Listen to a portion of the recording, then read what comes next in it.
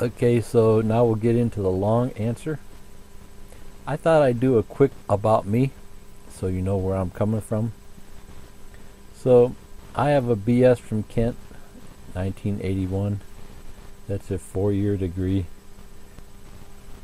In the mid 90s, I had 5 years or more of computer courses at a community college. Good school though. I took a lot of digital art classes and a regular art course. You know. Mainly, I went for the computer courses. That was about 1995. Windows 95 had come out, and computers were getting popular. The internet was just starting to catch on. So, I've been training people since 1979. Various topics. It seems like whenever I got a job, once they found out I had some college, I became the trainer, trained the new employee, and that's how I fell into teaching. It just kind of became my thing. I've been playing regular guitar since about age 12. I started on the drums.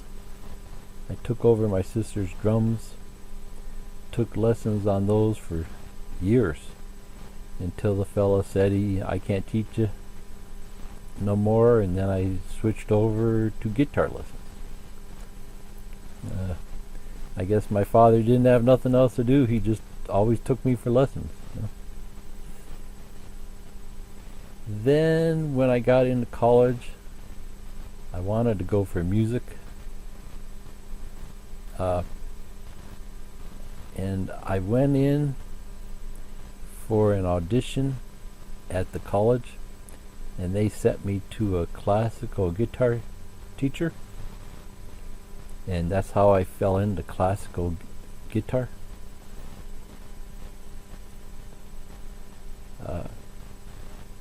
Back in the 90s, late 80s, most of the 90s, I taught music for 8 years.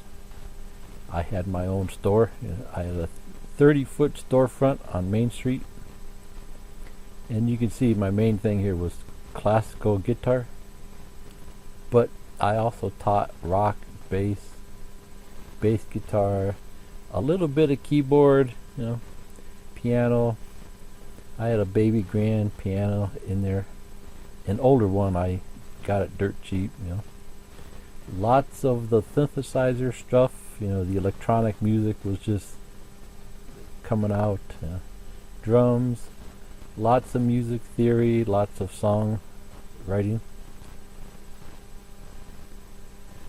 Okay, so that was a fun 8 years.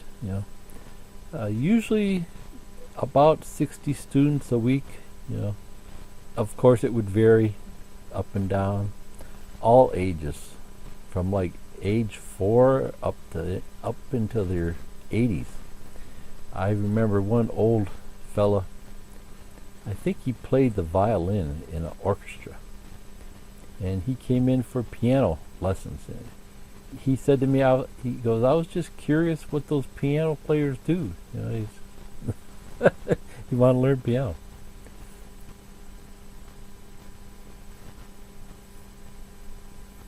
And then,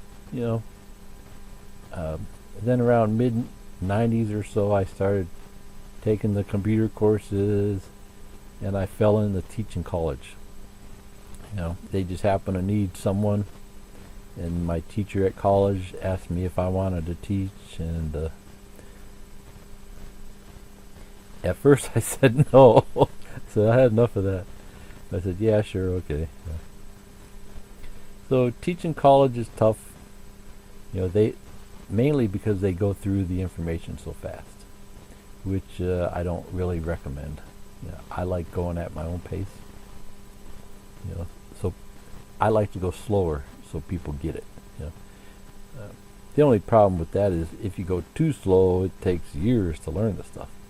So you have to find a nice balance. You have to go fast enough so it doesn't take a lifetime to learn, But if you go too fast, it just blows you out of the water, and you think you're stupid because you didn't get it. So, no, it's because schools, colleges, some teachers go way too fast.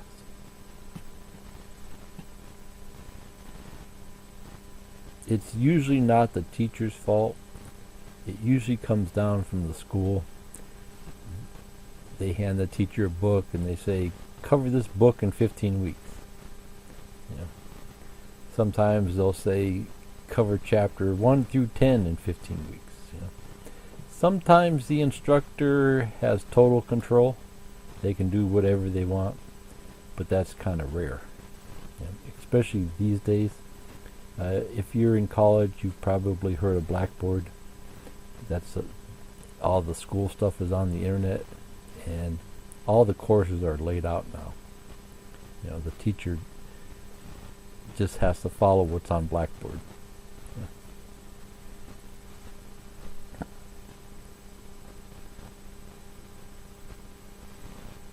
So all I'm saying there is you can't really blame the instructor or the professor for going too fast. He's just doing what he's told or she's told. Yeah. So I closed this store back, I think, late '97.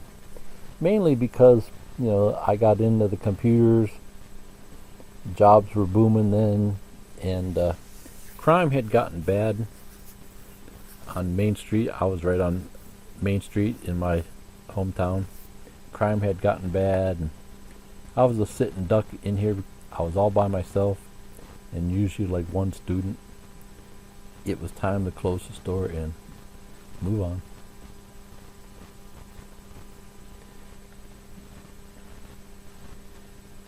Okay, so my classical guitar teacher was Dick Lurie, Richard Lurie, and he was in Cleveland, Ohio.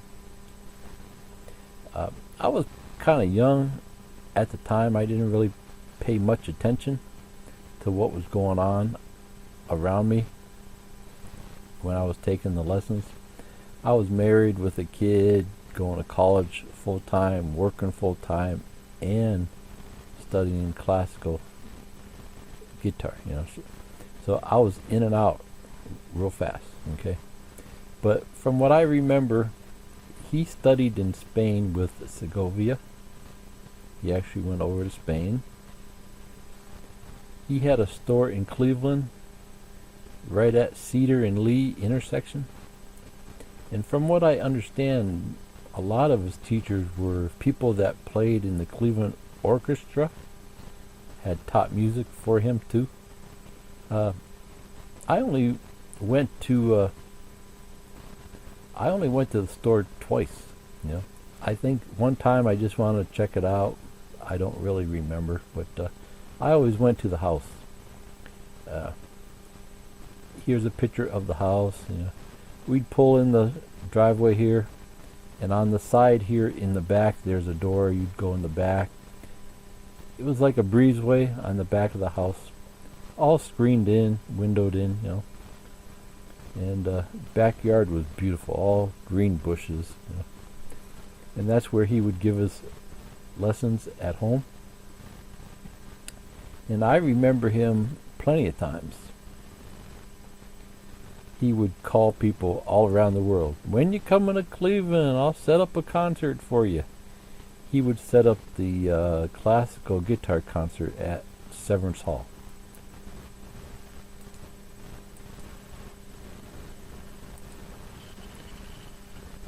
Severance Hall is the home of the Cleveland Orchestra. Here's just some pictures on the internet.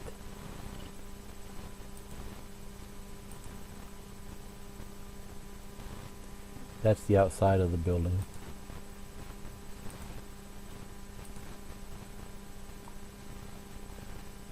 Okay. His wife, yeah, I think I only met her once or twice, but she was the curator at the Cleveland Art Museum. So I would go to the house on Sunday mornings, I think around 10 a.m. And he was only a few blocks away from Coventry area. That was like the big hippie area back in the 70s where all the hippie shops were, and I guess artists and things like that were there. So what I was thinking was, once we get into this, I'm going to try to continue the tradition. We'll do a new video every Sunday as a classical guitar lesson. The first handful of videos will just be this introduction to the business, so you know how to get started. But once we get into the actual book and the music lessons themselves, then we'll go with the Sunday morning thing.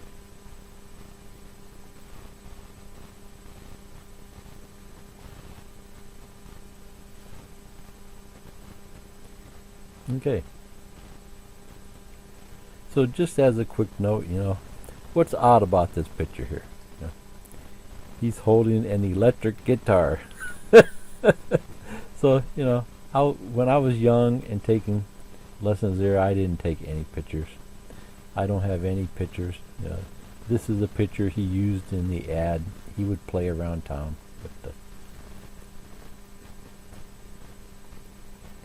Okay, so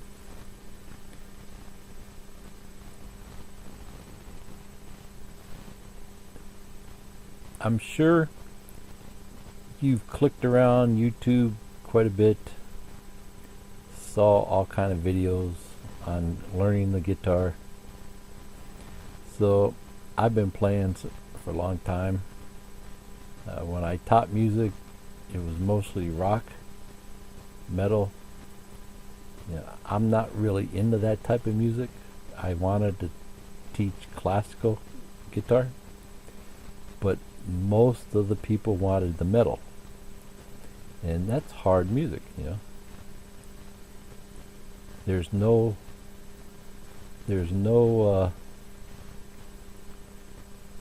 easy way to learn it. It's hard work. So this is just a little thing about learning to play. There's no tricks, there's no shortcuts to learning to play the guitar. You just got to practice. More time you spend with it, the faster it's going to go. There's no sparks. There's no magical tape, no magical video, no magical DVD. Look. There's no spark. There's no magic. That's something that I've been doing for years. You just got to practice. Just hard work, long hours of studying, alone in a room by yourself. Okay? Try to do a focused practice, 30 minutes or more a day. By focused, I mean concentrate on what you're doing. Don't practice for a minute or so and then play on YouTube. Practice for a minute, check your phone. Practice for a minute, watch some videos on television. Focused practice, 30 minutes a day, and then you're done.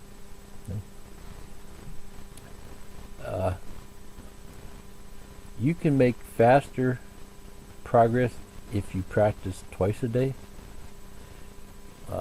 Maybe in the morning, get up a little early and just kind of do a few finger exercises for 15 minutes. And then when you get home at night, practice for a half hour. And tab is fine, but a lot of the stuff you just got to memorize. Write it on an index card, write it on a piece of paper, shove it in your pocket. Study it while you're at work. Study it while you're at school. Don't study it while you're driving down the road. But I use a lot of index cards. They fit in my pocket here. I had one older fella. He actually said to me, he goes, I draw it out in the grease at work. He's working on the machines, big machines and factory, and he would draw the things. He would draw the guitar stuff out on the machine to help him practice at work. You know, whatever you got to do.